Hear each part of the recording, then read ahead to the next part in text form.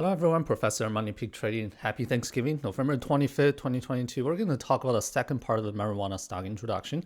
Today we're going to start to introduce some Canada marijuana companies. The first one I'm going to introduce is Tilray, ticker name TLRY.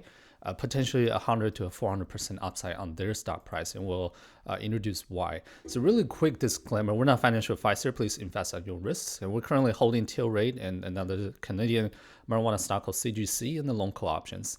And again, if the marijuana is not legal where you're located, please make sure we don't encourage use, growth, and sales of marijuana.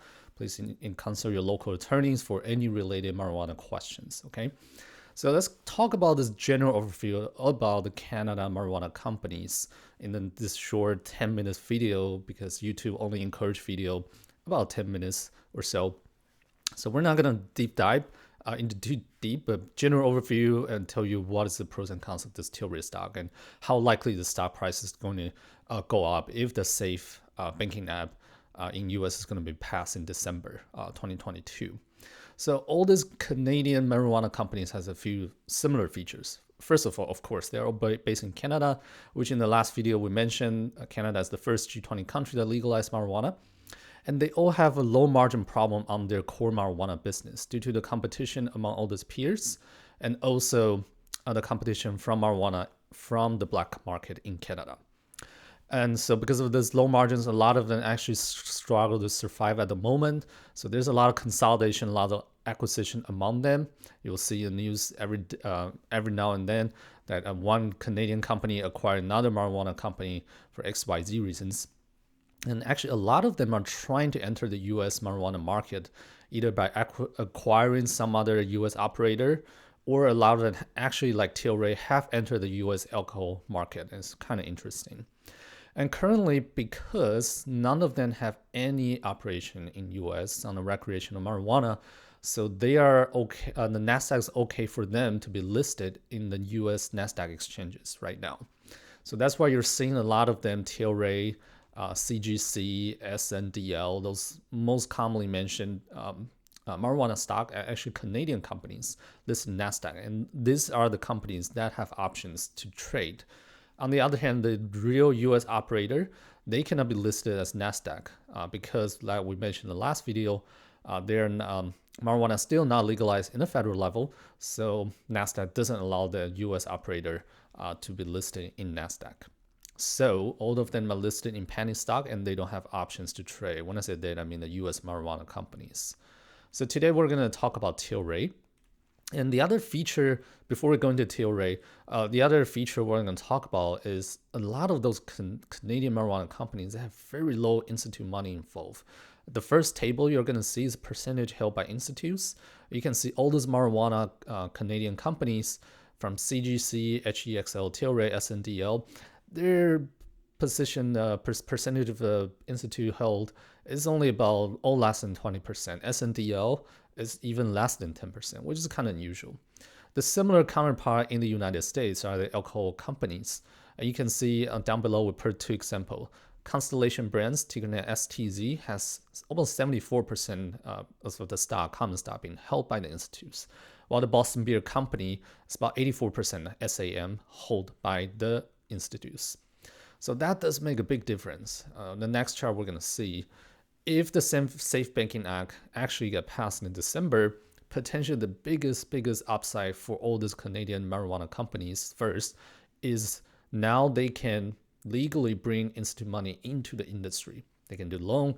Wall Street can start to invest in their own stocks. That can bring a lot of upside. And also those Canadian marijuana companies, they can now enter the bigger US market, which has 10 times more population than Canada. So potentially they can grow in better scale and enter this US operation market without being delisted by Nasdaq exchange, which is a big deal, right? If they enter US, they get a really big market, but now they will get delisted, which hurt the shareholders. But now if they can enter this 10 times extra bigger than Canadian market without any legal problem and not being delisted by Nasdaq, it's a huge upside here. And also, we mentioned in the last video that marijuana industry now can do mortgage more efficiently to grow in scale as well through the US banking system. And this chart, we are going to show you what are the differences, right? On the left side is the Tilray weekly chart in the past. um, 10 years maybe, and STZ Constellation Brand, which is the largest alcohol company in US. You can see on the right side the weekly chart in the past 10 years. And you can see the difference. Tilray has been so volatile. Basically, it's more like a meme stock, right? The price action is like pop and down and pop and down. While when institute money started to involve, you can see these companies start to grow more in scale, and the stock price is actually more stabilized, as you can see on the right side. So that's a huge difference over here that potentially we can see what happened to Tilray if the Safe Banking Act started to get passed in December. So back to Tilray, is actually a company ready to scale once the US marijuana is legalized, or at least a Safe Banking Act is legalized. First of all, they really have lots of different types of price ranges of marijuana ready. What their goal is to create so many brands in different price ranges to capture all different types of marijuana markets. And you can see here is the image or a table I got it from their investor relationship, and the link is down below.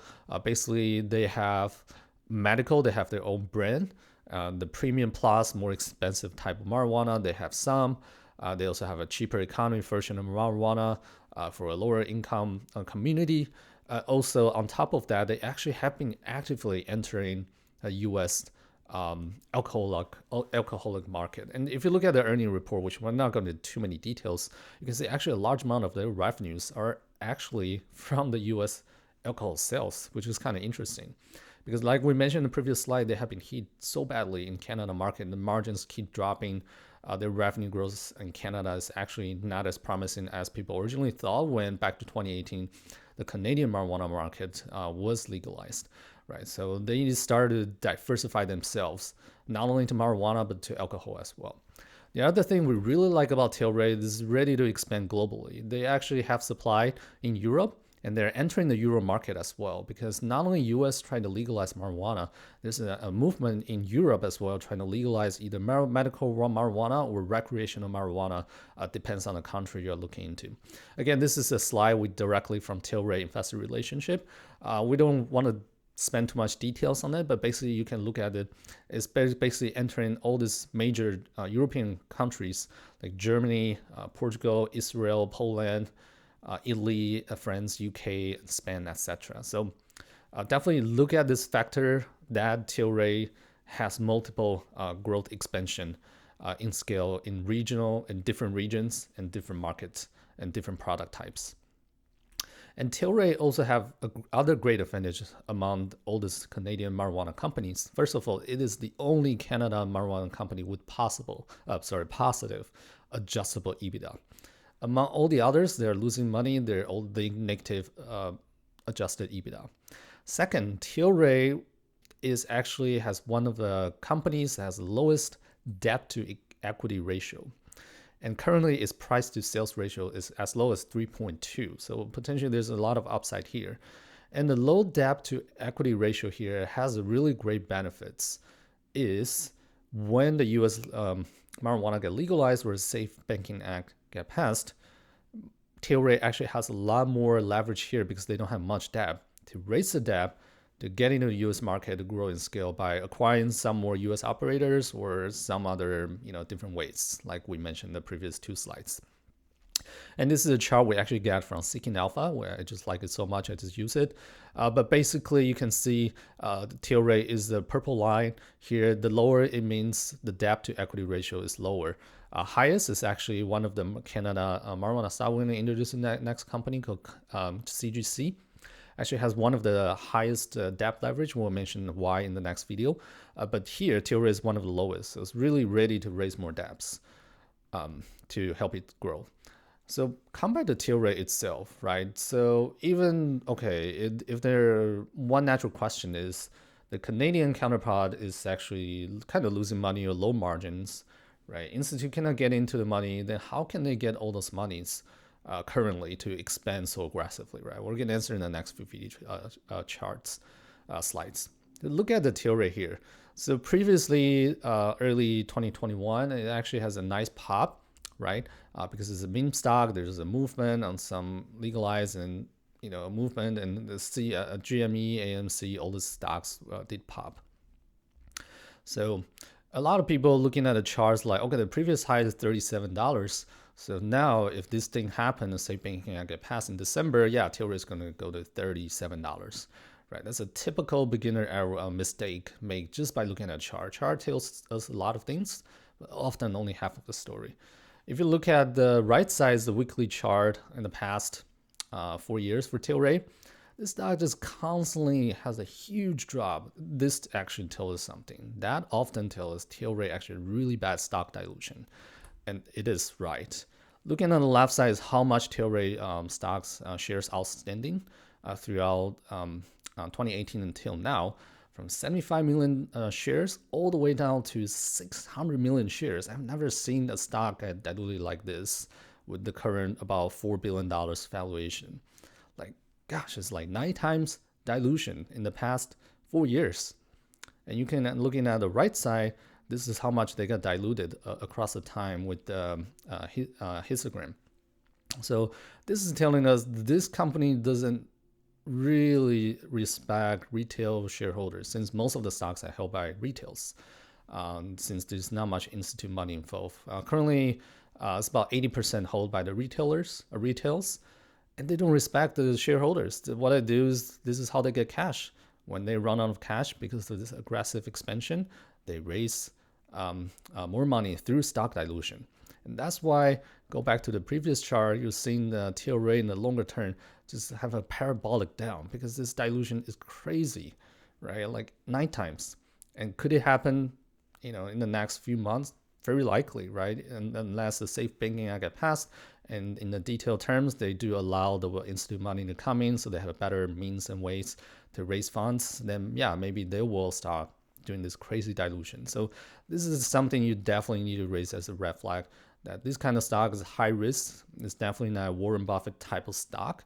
I mean, it's high risk, high return, has a high potential, as we mentioned, but they have done something that really hit the shareholder value here.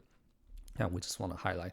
The other thing is, not only this TLRY CEO and chairman got really big bonus, like this year, $13.2 million, even though the company is not really operated that well in turn for the shareholders' benefit, right? It's growing, trying to scale aggressively, but yes, it's losing a bunch of money. And what they do is keep diluting the stock, hurting the shareholders. And yet, the CEO still got a really big cash bonus. And on top of that, he doesn't really hold a lot of TLRY common stock, because he knows the dilution is so bad, he's not going to hold the stock, right? So that's the 2 big red flags, I think, for the retail TLRY shareholders that you have to be aware of. This is the type of company you're dealing with. So just FYI, keep those in mind. And the biggest catalyst is potentially coming up that we mentioned in the last video, is the Congress really has a strong motivation to pass this marijuana legalization or the Safe Banking Act before this Congress term to finish on January 3rd, 2023, because it's really now or several years later. And if it does happen, we do think TLRY, because all the factors we mentioned in the previous slides, is going to pop just like past few times. And this time could be a really big upside. And based on the valuation, dilution that we mentioned, to hit the previous high 36.66, and because TLRY diluted the stock about 33% from early last year until now, the previous $36 or $37 is the valuation will be equal to the current $28 per share. So a reasonable more valuation, and the pop for the previous high we think is $28.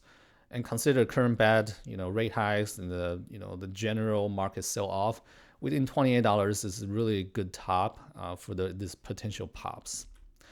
And a lot of people are asking, okay, then how much can this stock goes up, right, if the Safe Banking Act get passed? And we try to quantitatively predict the TLRY price, and it's really hard. And this is the equation we have been using, and we can tell you why there's so many uncertainties in a really quick slide.